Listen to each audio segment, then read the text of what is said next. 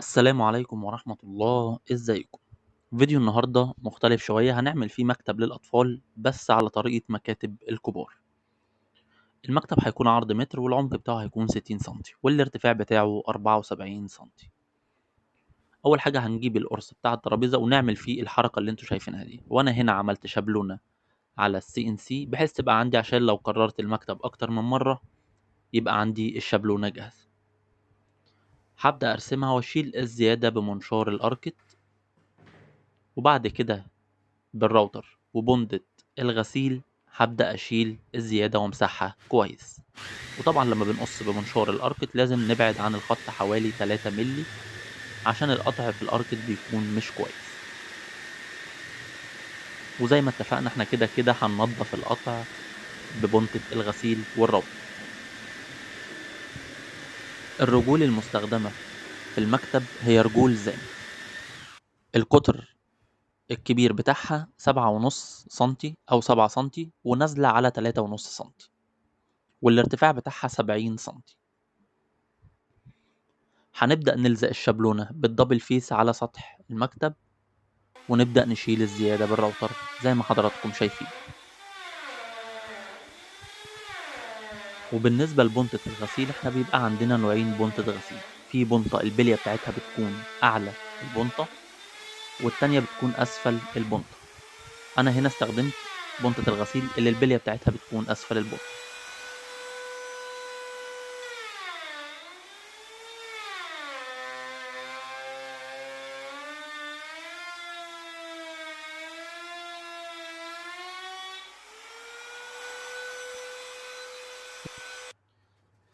بالنسبة للرجول أنا عملتها عند خراط سي ان سي، ويفضل يكون خراط سي ان سي عشان الرجول تطلع مظبوطة، إنما لو خراط مانوال بصراحة ممكن الرجول ما تعجبكمش، لكن السي ان سي بتكون دقيقة جدا في شغلها.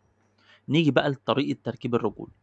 أنا هنا اشتريت مسمار اسمه ناحية وناحية، بدل ما أجيب دودة وأربطها في الرجل وبعد كده مسمار من غير راس، لا أنا اشتريت هنا مسمار ناحية وناحية 8 مللي، طول المسمار 7 سنتي. الراس بتاعته بتكون راس نجمة، وأعطيك مساحة برضه لو عايز تربطها بمفتاح صغير، بس الأفضل تشوف راس نجم. الجزء الألاوز بيركب في الفلانشة الحديد، والجزء السن صاج بيلزق أو بنركبه في الخشب نفسه. خرمت للمسمار في الرجل ببنطة 6 مللي لأن سمك المسمار حوالي 8 مللي. 6 مللي كان كويس جدا عشان المسمار يتربط ويخش شحن. وفكرة المسمار ده كان حل كويس جدا بدل الصامولة الدودة والمسمار التاني اللي هو بيكون من غير راس، لأن الصامولة الدودة معرضة إن هي مع الوقت تتخلع، لكن المسمار ده كان كويس جدا وقوي جدا.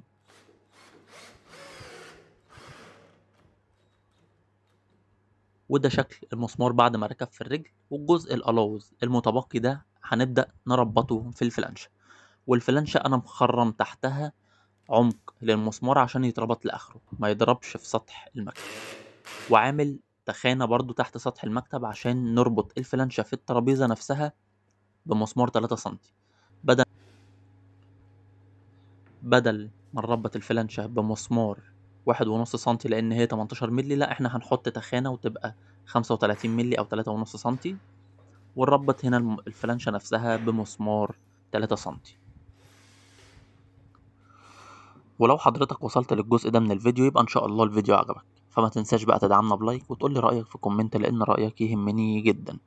ولو حضرتك اول مرة تشوفني على يوتيوب ما تنساش تشترك في القناة وتشغل الجرس عشان يوصلك كل جديد، وان شاء الله تنبسط معانا في القناة.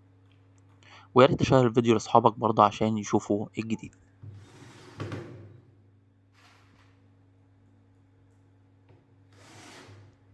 هنبدأ نربط الفلانشات في القاعدة بتاعة سطح المكتب، وهربطها زي ما اتفقنا بمسامير 3 سنتي، ويا ريت تكون خطوة واسعة لان هنا الخشب ده MDF.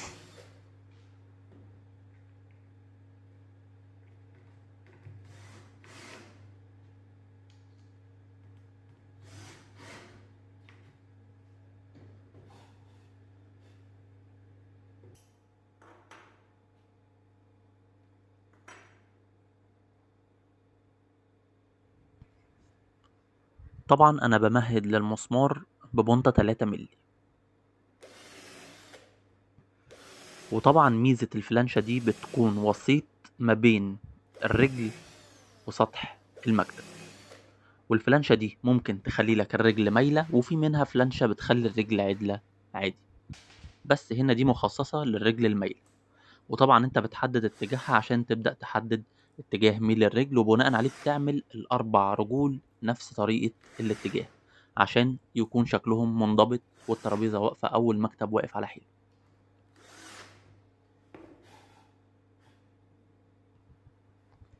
بعد ما ركبنا الفلانشات كلها هنبدأ نربط الرجول.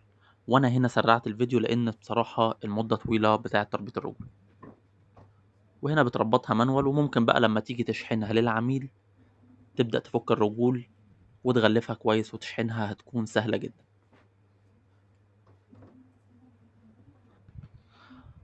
طبعا في حاجة بقى انا ما صورتهاش لان للأسف اكتشفت ان الكاميرا فصلت. انا بعد ما ربطت الرجول دي كلها ابتديت اديهم سيلر، والسيلر هنا بس عشان يديني طبقة عزل ويحمي الرجول من الرطوبة. طبعا انا اديتها حوالي 5 وشوش او 6 وشوش سيلر، وطبعا ما بين كل طبقة والتانية انا بصنفر الطبقة الاولانية. وبكده نكون وصلنا لنهاية الفيديو بتاع النهاردة، اتمنى تكونوا استفدتم، وان شاء الله الفيديو يكون عجبكم، وان شاء الله نتقابل في الفيديوهات الجاية على خير. سلام.